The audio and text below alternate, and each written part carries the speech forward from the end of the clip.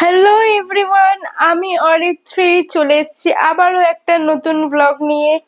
তো আজকে হলো শ্রাবণের দ্বিতীয় সোমবার। আজকে আমি তোমাদের সাথে শেয়ার করব আমাদের এলাকার কয়েকটা আহ শিব মন্দির আর কয়েকটা পুজো। তো চলো। তো তোমাদেরকে একটা রিকোয়েস্ট করবো যে তোমরা ভিডিওটা স্কিপ না করে পুরোটা দেখতে থাকো। শ্রাবণ মাসটা শিবের অত্যন্ত প্রিয়। আজকে আমি তোমাদের জানাবো যে শ্রাবণ মাসটা ঠিক কেন আমাদের সনাতনীদের কাছে এত বেশি গুরুত্বপূর্ণ, আর কেনই বা শ্রাবণের সোমবারগুলোর একটা আলাদা মাহাত্ম্য আছে। এর পিছনে বিশেষত দুটো বড় কারণ কাজ করে। প্রথমত, আমাদের পুরাণ অনুযায়ী সমুদ্র মন্থনের সময় যখন সেই ভয়ঙ্কর কালকূট বা হলাহল পিঠ উঠে আসে, তখন পুরো সৃষ্টি ধ্বংস হয়ে যাওয়া উপক্রম হয়েছিল। সেই মুহূর্তে জগৎকে বাঁচাতে মহাদেব সেই বিষ নিজের কণ্ঠে ধারণ করেন। বিষের তীব্র বিষক্রিয়ায় আর জ্বালাতে তার কণ্ঠ নীল হয়ে যায়, তাই তার নাম হয় নীলকণ্ঠ।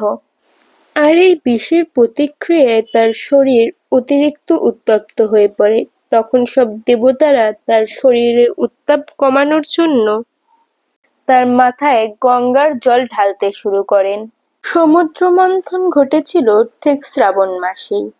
সেই থেকেই শিবলিঙ্গে জল ঢালার এই ধারাটি চলে আসছে। এছাড়া মাতা পার্বতীও শিবকে পাওয়ার জন্য এই শ্রাবণ মাসেই কঠোর তপস্যা করেছিলেন। তাই শিব শক্তির মিলনের মাস হিসেবেও এর গুরুত্ব অনেক বেশি।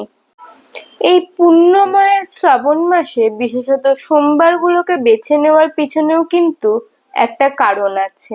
প্রথমত, এই সোম শব্দটার সাথে দুটো খুব সুন্দর যোগ রয়েছে। একদিকে সোম মানে হলো চন্দ্রদেব, আর মহাদেব তার মস্তকে অর্ধচন্দ্র ধারণ করে থাকেন। পৌরাণিক গল্পে আছে, চন্দ্রদেব যখন শাপযুক্ত হয়ে নতুন জীবন পান, সেই দিনটা ছিল সোমবার। আর অন্য দিক দেখতে গেলে সোম মানে হলো উমা, অর্থাৎ দেবী পার্বতী সহ শিব। তাই সোমবার পুজো করলে একসাথে শিব এবং পার্বতী উভয়েরই আশীর্বাদ পাওয়া যায়। দ্বিতীয়ত, জ্যোতিষশাস্ত্রের মতে সোম বা চন্দ্র হলো আমাদের মনের কারক।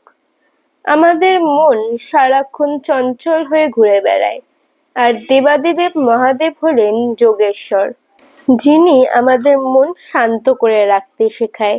তাই সোমবার শান্ত মনে মহাদেবের আরাধনা করলে আমাদের চঞ্চল মন অনেকটাই স্থিতিশীল হয় এবং মানসিকভাবে শান্তি পাওয়া যায়। শ্রাবণের এই সোমবারগুলিতে আমরা যে সারাদিন ধরে উপবাস রাখি, মন্দিরে গিয়ে শিবের মাথায় জল ঢালি আর উপবাস শেষে প্রসাদ গ্রহণ করি, এগুলো শুধু গতানুগতিক কোনো ধর্মীয় আচার আচরণ নয়, কিংবা নিছক কোনো পুজো পার্বণ, কিন্তু একদমই নয়। এই পুরো নিয়মটার পিছনে ওতপ্রোতভাবে জড়িয়ে রয়েছে আমাদের শরীর ও স্বাস্থ্যের খুব গুরুত্বপূর্ণ এক বৈজ্ঞানিক তথ্য। তো চলো, আজকে আমি তোমাদের সাথে সেই গুরুত্বপূর্ণ বৈজ্ঞানিক তথ্য শেয়ার করব। বর্ষার এই আবহাওয়া পরিবর্তনের সময় আমাদের শরীরের ভিতরে পাচনতন্ত্র বা হজম শক্তি এমনিতেই একটু দুর্বল হয়ে থাকে।